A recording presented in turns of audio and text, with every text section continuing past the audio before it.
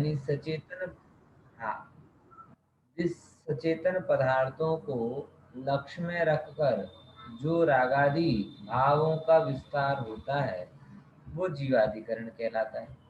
और अचित्त पदार्थ यानी पौद्गलिक आदि, उनके निमित्त से जो रागादि का विस्तार होता है उनमें अजीवादिकरण कहलाता है ना। अब वो अजीवादिकरण के बारे में थोड़ा इस रूप में समझना है कि जीव में मतलब चैतन्य जीव नहीं लेना, अपना जीव वो नहीं लेना। कारण अपने जीव के चिंतन से, शुद्ध स्वरूप के चिंतन से कभी राग द्वेष नहीं होता।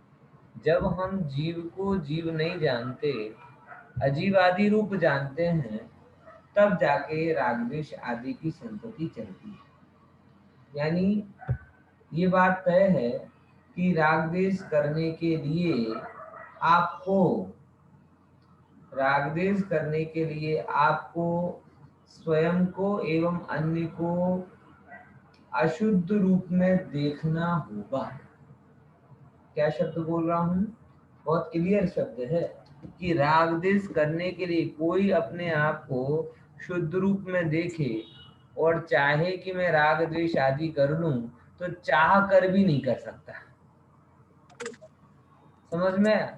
यानी कंपलसरी, फर्जियात आपको क्या करना पड़ेगा, अपने आप को शुद्ध। आप प्रैक्टिकल करके देखो, आप ये नक्की करके देखो कि मैं आत्मा हूँ, मैं आत्मा हूँ। चलो, अब मैं आत्मा हूँ, मुझे क्या राग हुआ? मैं आत्मा हूँ, मुझे क्या द्वेष हुआ? मैं आत्मा हूँ, मुझे कोई मतलब, जब मैं अपने आप को आत्मा देखता हूँ, जानता हूँ, तो मैं चाह कर भी राग आदि नहीं कर पाता। यानी रागादि करने के लिए अनिवार्य हो जाता है कि मैं अपने आप को आत्मा नहीं देखूं, अनात्मा देखूं। समझ में आया? हाँ। इसीलिए इस चीज को थोड़ा विचारने वाली बात कही। ऐसे ही पुद्गल है, पुद्गल को भी अगर आप शुद्ध रूप में नहीं देखेंगे, पौद्गलिक रूप में पुद्गल को भी देखोगे तो भी आपको राग द्वेष नहीं होगा। जब आप पुद्गल को भी स्कंद रूप में देखते हैं, किसके रूप में? जैसे जीव की शुद्ध अवस्था है सिद्ध अवस्था, ऐसी पुद्गल की शुद्ध अवस्था है स्कंद, क्या कहते हैं, परमाणु अवस्था। परमाणु को लेकर किसी को राग नहीं होता। राग किसको होता है? जब आप उसको स्कंद रूप में देखते हैं। रूप में देखते हैं, स्कंद रूप में जैसे आप देखना चालू करोगे, आपको राग आदि।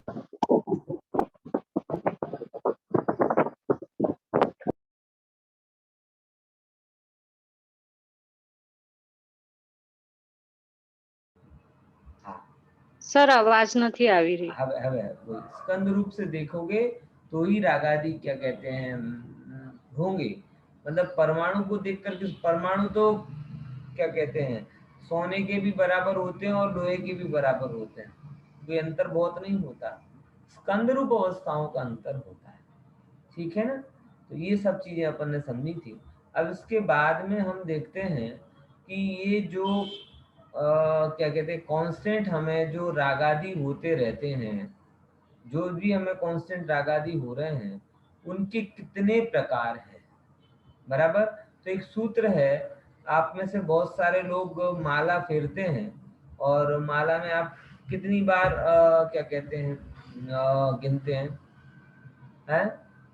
108 बार नौकार मंत्र पढ़ते हैं। अधिकतर सब जगह ये 108 ही होते हैं।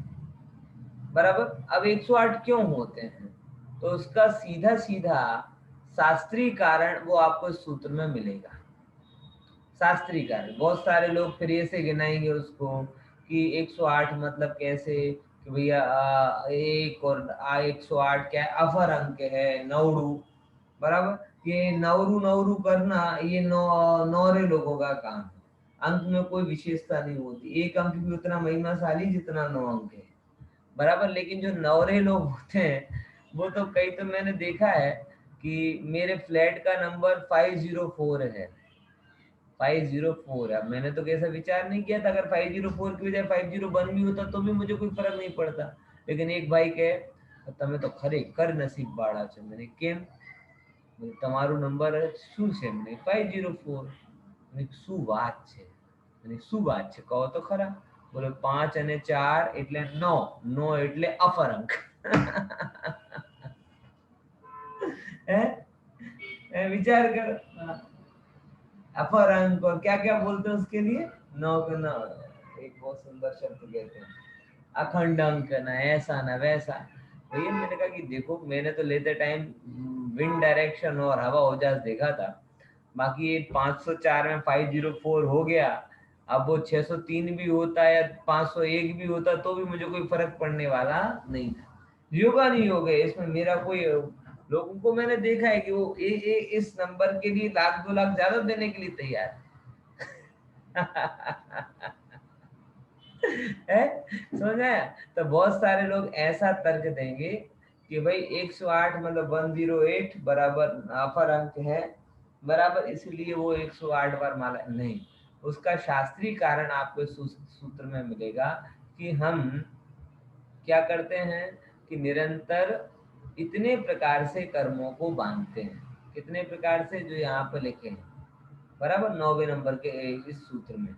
और उस प्रकार के आश्रमों से बचने के लिए, उस प्रकार के आश्रमों से बचने के लिए हम 108 बार परमात्मा का, पंच परमेश्वरी भगवान का स्मरण करते हैं कि हे भगवान, हे परम पंच परमेश्वरी भगवान, मेरे जीवन में इस प्रकार से जो 108 बार कर्मों का आना और बंधना होता है वो ना हो. बराबर. यानी ये नमोकार मंत्र पुण्य आश्रव की भावना नहीं है, आश्रव के निरोध की भावना है. क्या बोला? ये लाइन समझ में है? क्या बोला? नमोकार मंत्र या कोई भी मंत्र, ये लोग ऐसा समझते हैं कि पुण्याश्रव की भावना है, कि पुण्य आश्रव हो इससे. और पुण्य आश्रव से क्या होवे कि भाई मेरे पाप दूर हो जाए, और क्या होवे मेरी लॉटरी लग जाए, और क्या होवे बच्चे पास हो जाएं, और क्या होवे अलग अलग अलग पैसा हो लास्ट में. बराबर ना? तो ये सब किसकी भावना हुई? पुण्य आश्रव की भावना हुई. पर नमोकार मंत्र पुण्याश्रव की भावना के लिए नहीं है, बल्कि नमोकार मंत्र तो आश्रव के निरोध की भावना है. क्या बोला? किसकी भावना है? किसका प्रूफ क्या है कि हम 108 बार क्या कर रहे हैं? 108 बार क्या कर रहे हैं हम? कि 108 बार जो आश्रम होते हैं, बराबर, उन आश्रमों का हमें आश्रम ना हो, यानी कि संवर हो, इस भावना के साथ में हम नमोकार मंत्र भी 108 दफे पढ़ते हैं. मात्र किस भावना के साथ में? कि आश्रव ना हो, आश्रव ना हो. अब लोग इसे आश्रव के रूप में गिने कि नमोकार मंत्र मतलब नमोकार मंत्र सिद्धि यंत्र है, न 84 लाख मंत्रों का जन्मदाता है, न रिद्धि सिद्धिदायक है, न फलाना करता है, न ये करता है, न वो करता है. ऐसे करके सारे लोग अगर मात्र उस आश्रव की भावना करते हैं तो फिर इस मंत्र का मूल्य कम कर देते हैं. क्योंकि बंध के अभाव के लिए जो मंत्र भजा जाता हो, उससे आप बंध की इच्छा रखो, ये बात न्यायपूर्ण नहीं है. ये वैसा ही है कि औषधियों से मरण की इच्छा रखना. बराबर.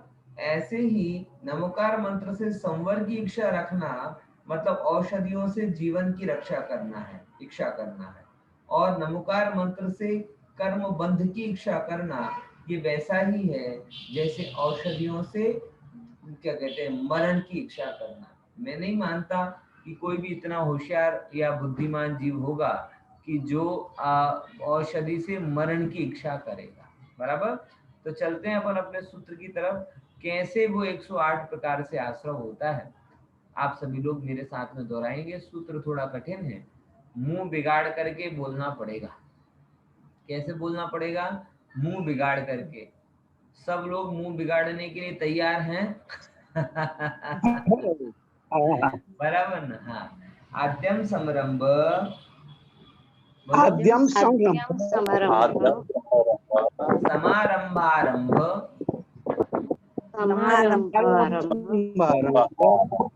योगकृत कारितानुमत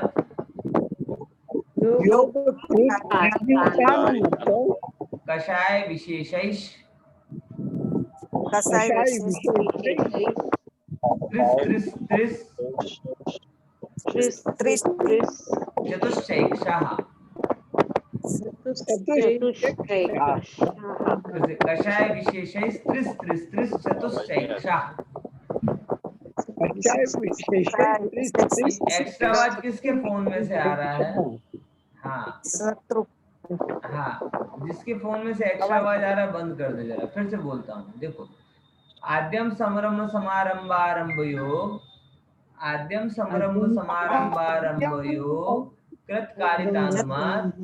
कृतकारितानुमात् कषाय विशेषैः त्रिस त्रिस त्रिस त्रिस त्रिस त्रिस चतुश्चैक्षाः। बराबर। कौन बोलेगा अभी ये सूत्र का अर्थ? कौन? हैंड रेज करो, चलो।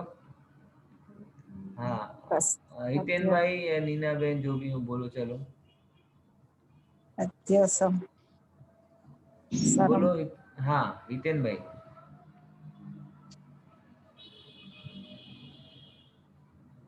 क्या हुआ? अनम्यूट है क्या?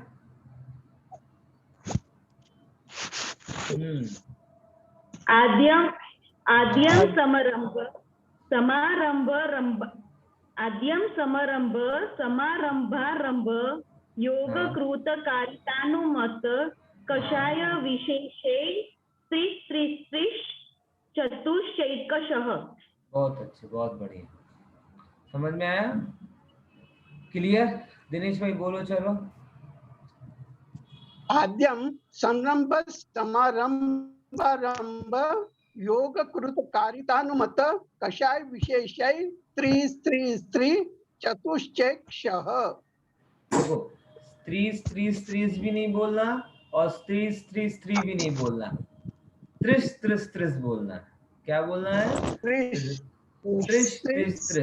हाँ, त्रिश नहीं करना और स्त्री भी नहीं करना, बराबर ना? हाँ, कषाय विशेषैः त्रिस चतुश्चैकशाः, है ना? अब देखो अपन समझते हैं।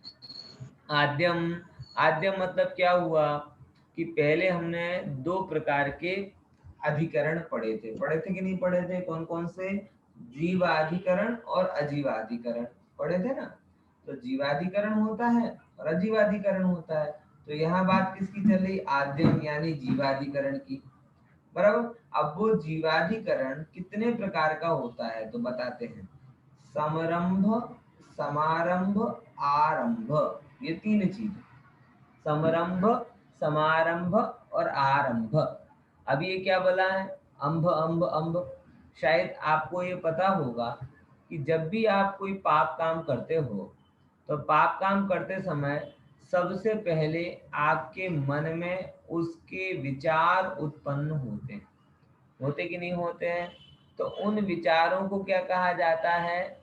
प्लानिंग जो यहाँ पे लिखी हुई है वो कहते हैं समरंभ। वो क्या है? समरंभ। यानी जो आप मन में विचार कर रहे हैं वह विचार कहलाता है समरंभ। फिर क्या आया? समारंभ, यानी उस विचार के लिए आपने रॉ मटेरियल इकट्ठा करना शुरू किया। होता है कि नहीं होता है ऐसा?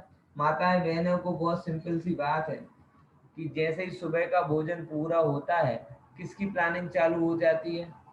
सांजे शू करीशुं है। મને તો ઘણી વખત આમ હેરાન કરે ને, સાંજે શું ખાશો તો મને બેસ એક દિવસ બેસીને ચાર્ટ બનાવી લે, આ સવારનું મેન્યુ ને સાંજનું આ ઝંઝટ ખતમ, શું રોજ પ્લાનિંગ કરવાની હે?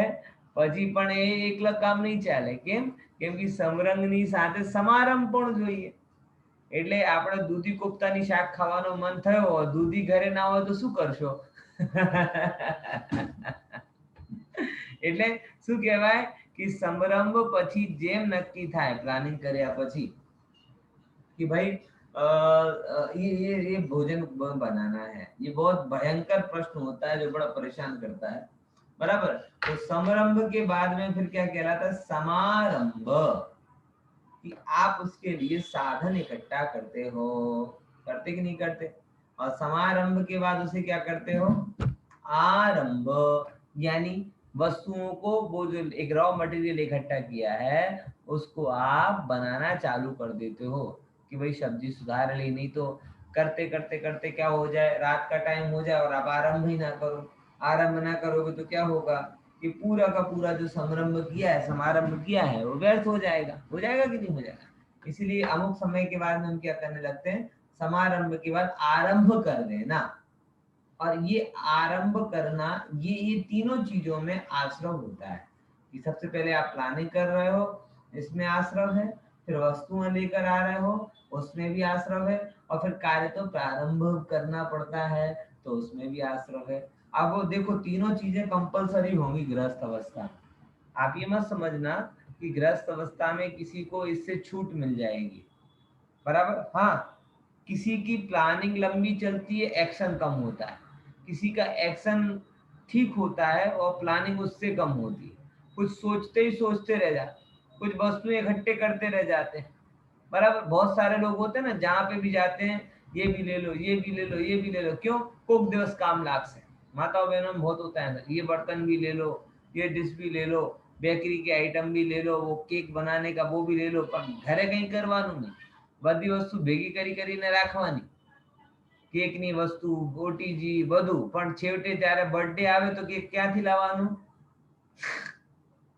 એ ઘરનો થોડી હારો લાગે, બરાબર ને? તો આ શું છે? આ આપણું કહેવાય સમારંભ કરીએ પણ આરંભ નથી કરતા, શુભારंभ નથી करता। समझा कि नहीं समझा? तो मैं ये कहना चाह रहा हूँ कि गृहस्थ है ना, गृहस्थ को इनमें से किसी भी काम की छूट नहीं मिली, यानी कंपलसरी उसका समारंभ यानी प्लानिंग भी होगी, कलेक्शन मतलब वो भी होगा, समारंभ भी होगा, और लास्ट में वो आरंभ भी करेगा। मगर अंतर कितना है कि किसी की सुमेरु के जितने कर्म बनते हैं और किसी के सुई के जितने कर्म बनते हैं, इतना अंतर पड़ जाता है। और ये अंतर कम नहीं, ये अंतर बहुत, कि किसी की प्लानिंग कितनी कितनी, आप सोचो एक एक चीज में कितनी प्लानिंग होती है, एक एक चीज के कितने विचार होते हैं, विचार करके देखोगे तो पता चलेगा। तो यही बात यहाँ पे कह रहे, किसी वो जितने आप विचार में पड़े हो जड़ में, उतने कर्म बन रहे हैं। इसलिए कह रहा हूँ किसी के प्लानिंग से ढगला कर्म बनते हैं, और किसी के काम भी हो जाता है और उसके हिसाब से कर्म बंधन बहुत कम होता है। जैसे लौकिक में होता है ना भैया, कम पैसे में ज्यादा काम कर दे, ज्यादा पैसे में कम काम करे, वो मूर्ख नहीं कहलाता, वो मूर्ख कहलाता है, बराबर। वो कोई होशियार नहीं कहलाता, सियाना नहीं कहलाता, चतुर नहीं कहलाता। चतुर कौन कहलाता है? चतुर वो कहलाता है कि जो पैसे कम खर्च करे और काम भी पूरा कर दे। तो जैन दर्शन के हिसाब से अगर आपसे पूछा जाए इन तीन चीजों में कौन चतुर है गृहस्थ, कौन सा गृहस्थ चतुर है, बताओ कौन सा गृहस्थ मूर्ख है और कौन सा गृहस्थ चतुर है? गृहस्थ के लिए तीनों होंगे, ध्यान रखना मैं क्या कहना चाह रहा हूँ। कोई भी गृहस्थ इससे बचता नहीं है, लेकिन इसका ये मतलब नहीं है कि सारे एक कैटेगरी के हो गए। हाँ, एक गृहस्थ की कैटेगरी बराबर है, लेकिन आश्रव की एक कैटेगरी नहीं है, आश्रव की कैटेगरी में बहुत अंतर है, बराबर। तो चतुर गृहस्थ कौन है बोलो? जो हाँ, जो अपने संरंभ समारंभ आरंभ को न्यूनतम रखते हुए अपने सांसारिक कार्यों और कर्तव्यों को पूरा करता है, वो गृहस्थ चतुर। हमको इन तीन में सिलेक्शन नहीं करना कि ये वाला करना है आश्रव की, ये वाला नहीं करना कि वो वाला करना है। हमें तो तीन ही सांपनाथ, नागनाथ और सर्पेश्वर है। ख्याल में आया कि नहीं आया है? तो हमें ना सर्पेश्वर चाहिए ना नागेश्वर चाहिए, बराबर। हमें कोई भी नहीं चाहिए। हाँ, लेकिन मजबूरी में अगर करना पड़े तो मिनिमम कर्म बंधन के साथ में, आगमन के साथ में जितना हो सके वो काम करना, ठीक है ना? तो उसके उपाय क्या है? सबसे पहले जीवन में इतने व्यवस्थित और प्लानिंग एक अच्छी चीज होती है कि कई बार व्यवस्थित प्लानिंग हो तो आपके आगामी विकल्प कम हो जाते हैं, बराबर। जैसे फॉर एग्जांपल एक ही दिन बैठ के मैंने 7 दिन का मेन्यू बनवा दिया, बराबर। तो इसका बेनिफिट क्या रहा? इसका बेनिफिट ये रहा कि रोज रोज जो आप इसको लेकर दिमाग में आते हो कि क्या करना है, क्या करना है, क्या करना है, वो सब चीजें खत्म हो जाएंगी। जैसे जब मैं घर का, अभी मेरे कुछ दिनों पहले जब घर का काम लगता था, तो मेरे दिमाग में एक चीज बहुत क्लियर होती थी। कैसी? कि काम इस तरीके से होवे कि अभी नहीं, अगले 10 साल तक अपने को दोबारा घर के बारे में विचार ना करना पड़े। बराबर, ये मेरा लक्ष्य था। अब कितना सफल हुआ असफल हुआ वो बात अलग।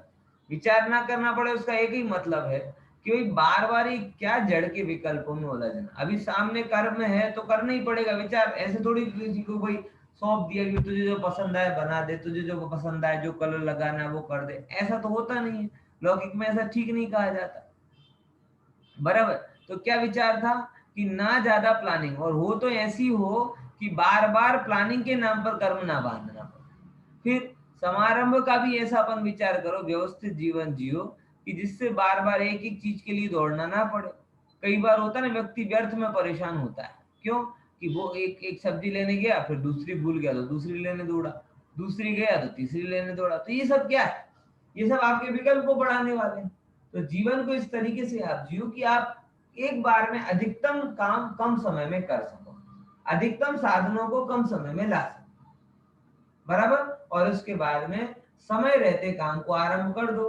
जैसे अगर आप समय रहते स्टेशन पे पहुंच जाते हो तो कितने बेफिक्री से ठप्पे से बैठते हो। आप विचार करके देखो, ट्रेन आपकी हो 6:30 की दाखला तरीके, और आप 6 बजे निकलो, तो आपको 6 बजे से लेकर 6:30 बजे तक कितने में भी आपको ट्रेन मिल जाएगी।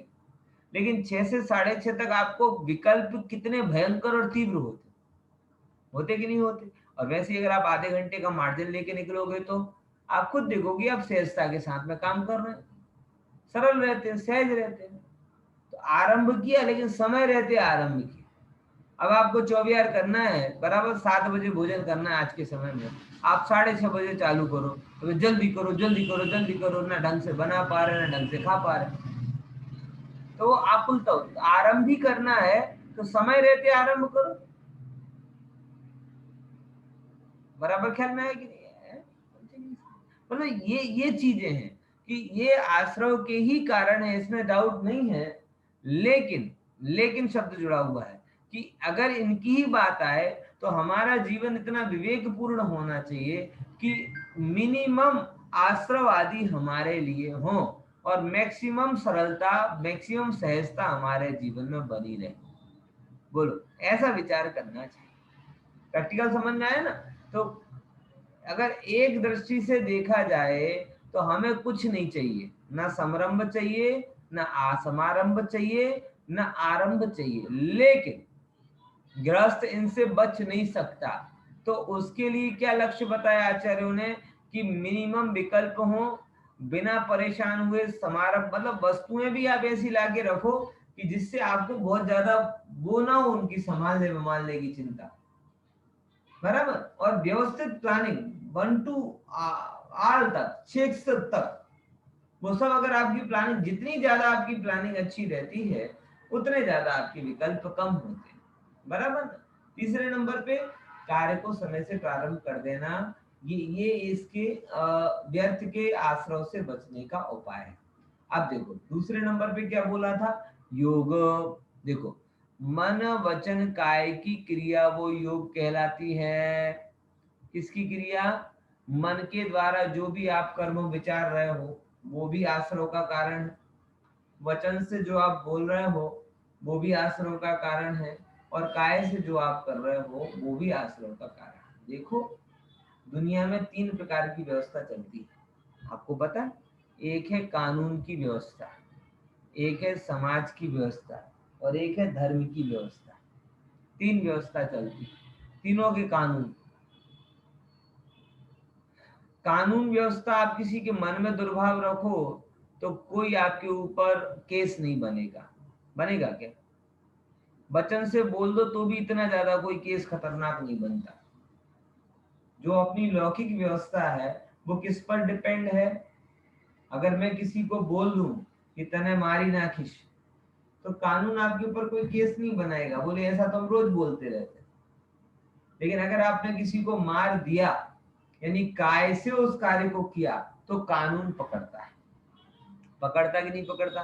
तो कानून की व्यवस्था जिसे हम लॉ बोलते हैं, मोटा भागे काय की क्रियाओं को पकड़ती है।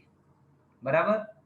समाज की व्यवस्था, जैसे समाज में चार लोगों के बीच में अगर किसी ने बुजुर्ग का सम्मान नहीं किया, माता पिता का अपमान कर दिया, किसी को कुछ ऐसे अभद्र शब्द बोल दिए, तो समाज की व्यवस्था असारो मानस नहीं, ये व्यवस्थित व्यक्ति नहीं है, इसके संपर्क मत करो, इसको अपने घर पे मत बुलाओ, इसके बोलने का ठिकाना नहीं है, कुछ भी बोल देता है। होता है कि नहीं होता?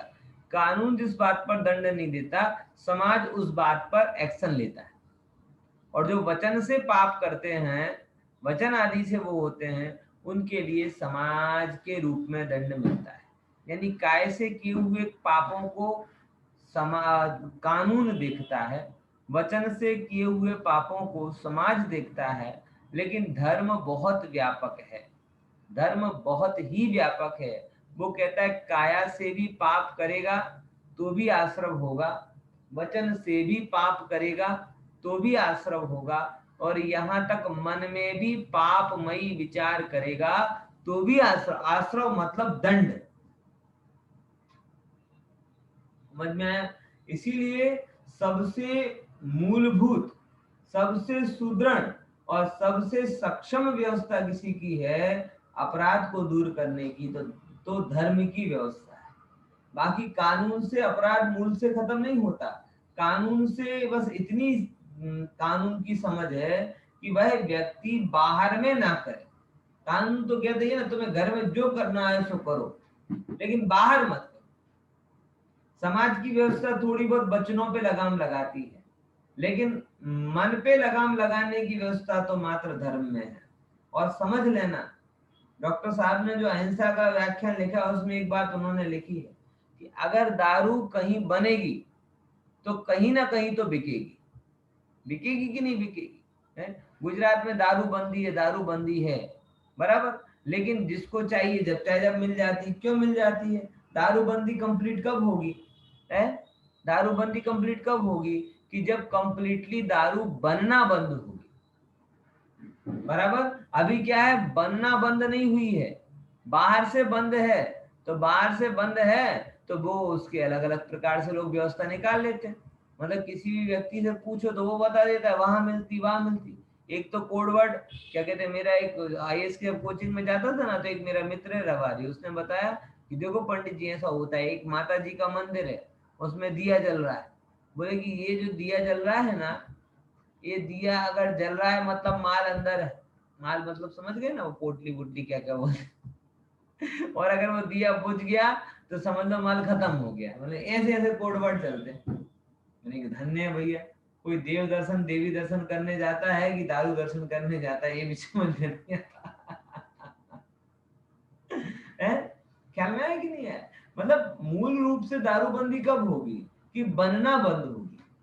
तो धर्म यही कहता है कि काया से कार्य कब बंद होंगे? कि जब मन में नहीं होंगे। मन में नहीं होंगे तो वचन में नहीं आएंगे, वचन में नहीं आएंगे तो काया से होने का प्रश्न ही नहीं होता। इसीलिए धर्म ही एक ऐसी व्यवस्था है कि जिसमें व्यक्ति मूल से सुधरता है। ध्यान रख, मन धर्म के अलावा ऐसी और कोई व्यवस्था हमें समझ में नहीं आती जिसमें व्यक्ति मूल से सुधरता है। इसीलिए लॉ एलएलएम करके कोई भगवान नहीं बनेगा, समाज का अध्यक्ष अध्यक्ष बन के कोई भगवान नहीं बनेगा, लेकिन धर्म के आधार पर चल के हर कोई भगवान बन जाएगा।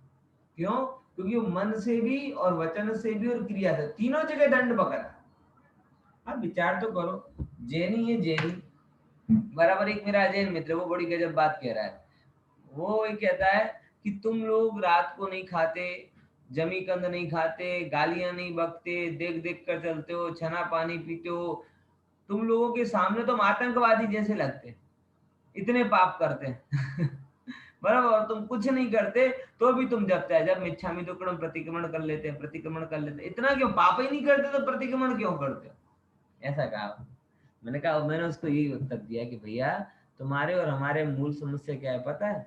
तुमने काया के पापों को पाप जाना है, और काया के पाप तो हम वैसे ही नहीं करते, लेकिन हम लोग मन में जो सूक्ष्म तरंगे उठती हैं जिनको तुम्हें पता भी नहीं चलता, उनको भी हम पाप के रूप में गिनते हैं और उनके भी हृदय से प्रायश्चित की इच्छा रखते हैं। इसीलिए जो सच्चा जैनी होता है वो काया के द्वारा पाप नहीं करने पर भी निरंतर प्रतिक्रमण आदि करता रहता है, क्योंकि उसे अपने अंदर में होने वाले भाव रूप पापों की भली भांति खबर। बात समझ में आई कि नहीं है यार? तो भाव रूप पापों का प्रतिक्रमण होता है मुख्य रूप से, क्योंकि बाहरी पाप तो हम वैसे करते नहीं है ज्यादा, हमारी जीवन शैली ऐसी नहीं है जैनियों की, जो थी एक्चुअल में। अब जिन्होंने सुधार बिगाड़ ली वो बात अलग है, लेकिन हमारी जीवन शैली ऐसी थी ही नहीं कि जिसमें अधिक पापों का स्कोप हो। तो भी प्रतिक्रमण की बहुलता है कारण कि हम लोगों ने मानसिक पापों को भी उतनी गंभीरता दी है। बराबर समझ में आया? ये होता है, अलग अलग व्यक्ति अलग अलग स्टेज में होता है। आप समझो जरा कि जैसे व्यक्ति जब कोरोना वोरोना हो ना, मतलब बीमार होता है, तो वो पैसे का विचार नहीं करता, संबंधों का, तब उसकी एक प्रायोरिटी होती है कौन सी, कैसे भी करके ठीक हो जाए, ठीक हो जाए। और जब ठीक हो जाता है फिर उसके बाद विचार करता, अब ठीक तो हो गए, अब उसमें कितना पैसा खर्च हुआ, उस पैसे की रिकवरी कैसे करी जाए, फलाना कैसा किया जाए, ये विचार कब होता है, एक स्टेज पूरी हो जाती है तब। तो अन्य लोग गहनता सूक्ष्मता के साथ विचार क्यों नहीं कर पाते? क्योंकि वो काया के माध्यम से इतने पापों में उलझे हैं कि मन के पापों तक पहुंचे नहीं पाते, वचन के पापों तक पहुंचे नहीं पाते। कभी किसी ने उनको बोला ही नहीं कि खोटा बोलना भी पाप है। कदाचित ये बोलना बोल दिया हो कि खोटा बोलना पाप है, तो ये तो किसी ने नहीं बोला होगा कि आत्मा के अलावा कोई दूसरी चीज का चिंतन करना पाप।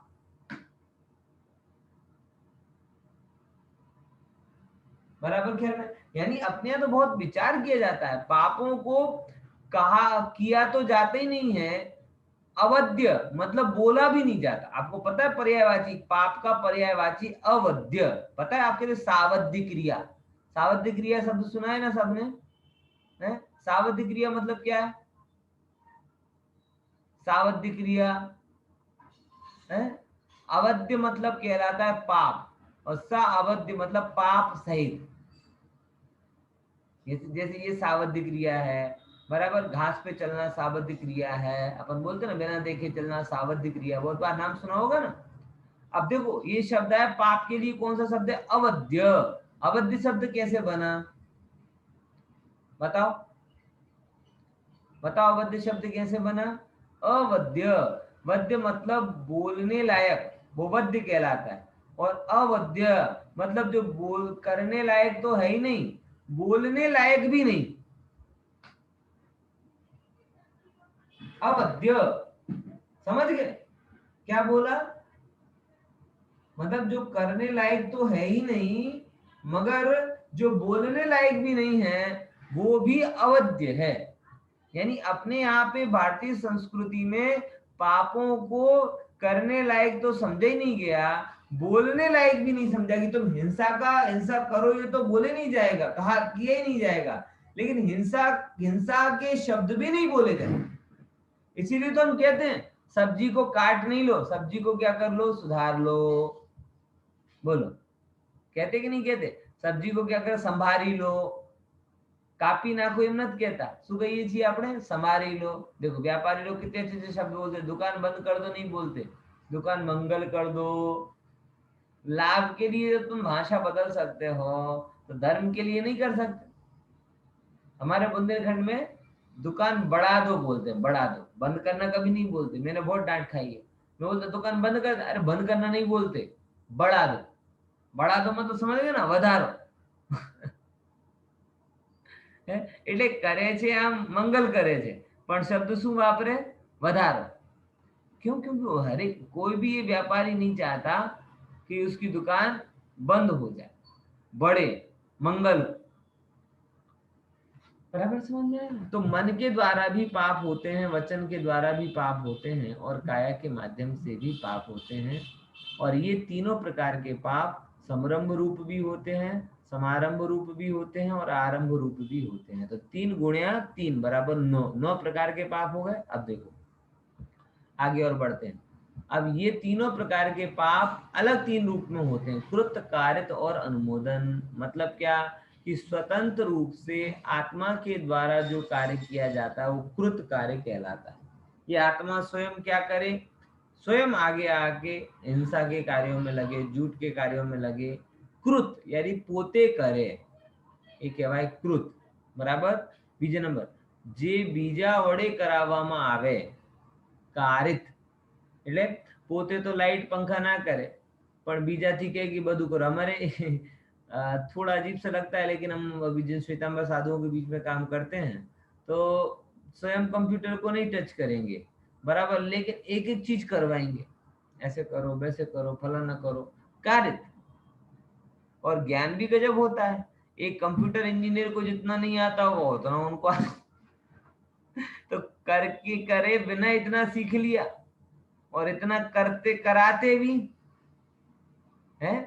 तो ये इससे आप ये मत समझिएगा कि वो आश्रव से बच गए, कृत रूपी आश्रव से बच गए हैं, तो कार्यत वाला आश्रव तो चालू ही.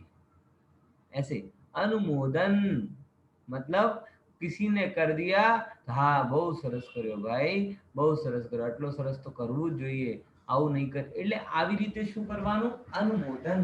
तो अनुमोदन पाप आदि आश्रव आदि की अनुमोदना करने में भी पाप है. बराबर समझ में आया कि नहीं? तो कृत कारित और अनुमोदन, ये कृत कारित अनुमोदन से भी कितने पाप होते हैं? कोई मन वचन काया के द्वारा और संभ्रम समारंभ आरंभ, ये सब पाप आदि होते हैं. तो ठीक है, तो कितने हो गए? 3 प्रकार के संभ्रम समारंभ आरंभ वो मन वचन काय से हो रहे और वही काम कृत से हो रहा है, मतलब स्वयं करना. कारित मतलब अन्य से कराना और अनुमोदन मतलब कोई थर्ड पर्सन करे तो अनुमोदन. जैसे स्वयं पंखा चलाए वो कृत पाप हुआ और स्वयं नहीं चल रहा, दूसरे से कह रहा है कि देखो देखो आजकल के लोगों को पता ही नहीं चलता है, साधु गर्मी में मरे जा रहे हैं. आप साधु तो कहेंगे नहीं, लेकिन गृहस्थ को समझना चाहिए ना कि साधु को गर्मी लग रही तो पंखा चला ले. ये कारित हो गया. अब चलो कारित नहीं कराया, अब क्या करे कि हाँ બહુ સરસ, पहले गर्मी में બહુ પરસેવો થતો તો એને ઘણું સારું કર્યો कि अनु पंखा शुरू कर દીધું. ये क्या हुआ? अनुमोदन. अनुमोदन में भी पाप लगता. तो 27 हो गए, 3 गुणा 3 गुणा 3. अब ये 27 ये जो पाप हैं ये 4 प्रकार की कषायों के भी होते हैं कि इन्हीं रूप से क्रोध करना, इन्हीं रूप से मान करना, इन्हीं रूप से माया करना और इन्हीं रूप से लोभ करना. कि स्वयं क्रोध करना, किसी से करवाना और किसी के करे हुए के अनुमोदन. किसी ने गुस्सा